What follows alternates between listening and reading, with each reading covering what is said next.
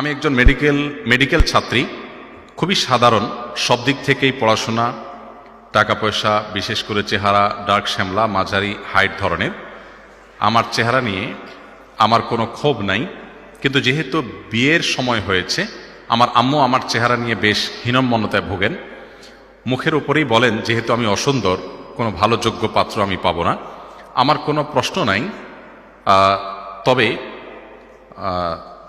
যদি কোনো কিছু আমার মায়ের উদ্দেশ্যে বলতেন, যাতে তিনি আল্লাহর উপর সম্পূর্ণ ভরসা রেখে তারপর আমার বিয়ের জন্য ছেলে খোঁজেন। প্রথম যে পুরুষকে দেখবে সে সাথে সাথেই যেন বিয়ের জন্য জোরাজোরি না করেন। দেখুন, আপনারা তো অনেকে হেসে দিয়েছেন প্রশ্ন শুনে, কিন্তু এই প্রশ্নটি আমি এর আগেই পড়েছি। প্রশ্নটা পড়ে আমার কাছে বেশ খারাপ লেগেছে।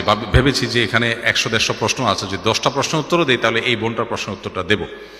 কারণ এই বোন এ আশা করে প্রশ্ন করেছেন যে আমি হয়তো এই প্রশ্নের উত্তরে কিছু কথা বলবো যেগুলো তার মাকে তিনি শোনাবেন। হয়তো তার যে অশান্তি, তার দুঃখ, তার কষ্ট, তার ফ্যামিলিতে যে তার প্রতি টর্চার হচ্ছে, মেন্টাল টর্চার, সেটা হয়তো কিছুটা কমবে। দেখুন, দুর্ভাগ্য আমাদের, আমরা অনেকে নিজেকে মুসলমান দাবি করি, অথচ আমাদের আচার আচরণে আমরা মুসলমান নই। আমাদের প্রিয় নবী সাল্লাল্লাহু আলাইহি সাল্লামের সবচেয়ে কাছের, সবচেয়ে ভালোবাসার, সবচেয়ে আপন মানুষগুলোর মধ্যে থেকে একজন ছিলেন বেলাল রাদিয়াল্লাহু তাআলা আনহু।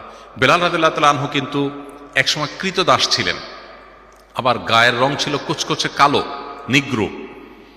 আবার তিনি কিন্তু আরবের মানুষ ছিলেন না, বাহির থেকে আসা মানুষ ছিলেন।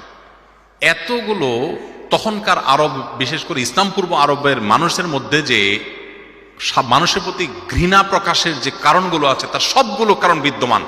এরকম একজন মানুষকে নবী সাল্লাল্লাহু আলাইহি সাল্লাম ভালোবাসার জায়গায় স্থান দিয়েছেন, তার মসজিদে মুয়াজ্জিন হিসাবে নিয়োগ দিয়েছেন, সম্মানের জায়গায় তাকে বসিয়েছেন। এটাই ইসলাম।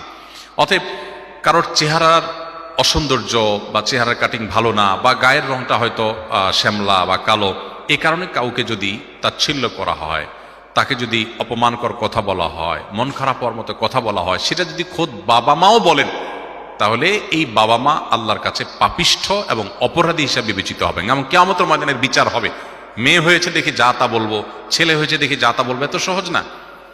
আল্লাহ তাআলা বলেছেন, মা ইয়ালফিযু মিন কাওলিন ইল্লা লাদাইহি রাকীবুন আতীদ। মানুষের দুই ঠোঁট দিয়ে যা কিছু উচ্চারণ করে সে সবকিছু সংরক্ষণ করা হয়। হয় নেকামলের পাল্লা উঠবে, আর না হলে বদামলের পাল্লা উঠবে। আল্লাহর কাছে জবাবদিহি করতেই হবে যদি আপনার মুখের কোনো কথা দিয়ে কাউকে কষ্ট দিয়ে থাকেন। এজন্য কাউকে তাচ্ছিল্য করা এটা এত জঘন্য বিষয়, কারো সম্পর্কে বাজে মন্তব্য করলেন, এত জঘন্য বিষয়। আল্লাহ বলেছেন, তাহসাবুনাহু হাইয়িনা ওয়া হুয়া ইনদাল্লাহি আযীম। আল্লাহ কোরআনে বলেছেন, তোমরা এই জাতীয় বিষয়গুলোকে খুব তুচ্ছ মনে করো, যে একটু কি হলো আর এটুকু বললাম, অথচ এটা আল্লাহর কাছে মহা অপরাধ, জঘন্য অপরাধ।